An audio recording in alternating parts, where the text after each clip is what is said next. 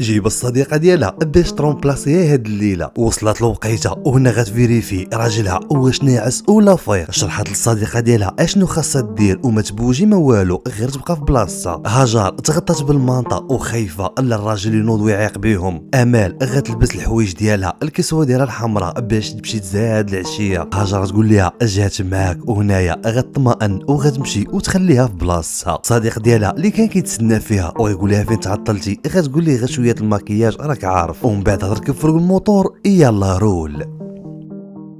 مريم اللي غترجع كانت هي هذيك، وهنا الصديقه ديالها تقول لها بشويه غتسكتها وغتجي عندها وغتعطيها المصوده اللعاقه. وهنا غادا تنوض باش تمشي بحالاتها شويه حتى التليفون ديال عز الدين غادي يصوني. غادي تقلب للجهه اخرى غادي يركب فيهم الرعب. هاجر ولات غا مخبيه وكتقلب على شي فرصه كيفاش تقدر تنوض. غتشوف تتعيا وغتفكر مزيان، ومن بعد غدير المنطه فوق راسها وغادا تنوض. ودات معاها حتى الصديقه ديالها غادي يدخلوا للدوش وغادي يسدوا عليهم الباب شويه حتى غادي يدق عليها ويقول لها يلا خرجي بغيت ندخل الطواليت. هنايا غتفكر بالزربه، غدير المنطقه على راسها وغتقول لي غصبر عليا يا حبيبي بغيت ندوش. المهم صدراتو، ولكن هاجر غتقول لها هذه هي اخر مره غادي نكون معاك في هذه اللعبه هذه، حيت حشومه هادشي اللي كديريه لراجلك. ولكن هي غطلبها وغتقول لها صافي هذه هي اخر مره، حيت الصديق ديالي عارض عليا لواحد المطعم غالي ومعروف في المدينه. غتقول لها واخا وهذه اخر مره، وغترجع عندها في العشيه. ولكن هذا النهار هذا كلشي غادي يتبدل. الراجل غضربو شويه الفيقه بالليل وغادي يشوف اللون ديال الشعر وغادي يعرف باللي هذه ماشي هي الزوجه ديالو. يقول لها شكون نتيا واشنو كديري حدايا؟ وهنايا تقول ليه غضات وجهها وقالت ليه شوف سيدي انا نقول لك اشنو كاين واشنو كاين، مرتك كتجيبني في بلاصتها. هنايا حتى غتسمعها هي دخلات. انا الراجل غادي ينوض باش يشوف باش يعرف اشنو واقع واشنو كدير حداه هذه المراه. ولكن الصدمه انه غادي يلقاها داخله هي واحد وهو الصديق ديالها. تعصب عليها ويقول لها اشنو هادشي وشكون هو هاد السيد هذا. هنايا في البلاصه السيد غادي يوقفو وغادي يقول ليه اسمح لي انا ما عنديش مع المشاكل وانا ما صحاباش مزوجه تهلاو. شافت راسها حصلات وغتمشي تلحمس عليه وغتقول ليه غير اسمح لي راه هذه اول مره. غيقول لها هذه الاولى وهذه هي الاخرى وما بقيتش باغي نشوف وجهك في هذا الدار. من بعد غتجي عنده هاجر وهي غتعتذر منه وبغات تمشي بحالاتها. ولكن غادي يوقفها وغادي يقول لها حسيت بالراحه ملي كنتي حدايا بالليل، واش يمكن نكملوا هذه العلاقه؟ وفريمون كان معجب بها وحتى هي معجبه به لدرجه انهم غادي يكملوا في الطريق وغادي يديروا وليدات. الطريقه اللي تلاقاو بها غريبه بزاف، ولكن المهم انهم يتفاهموا ويكملوا وتكون ثقه بيناتهم. نتمنى تكون عجبتكم هذه القصه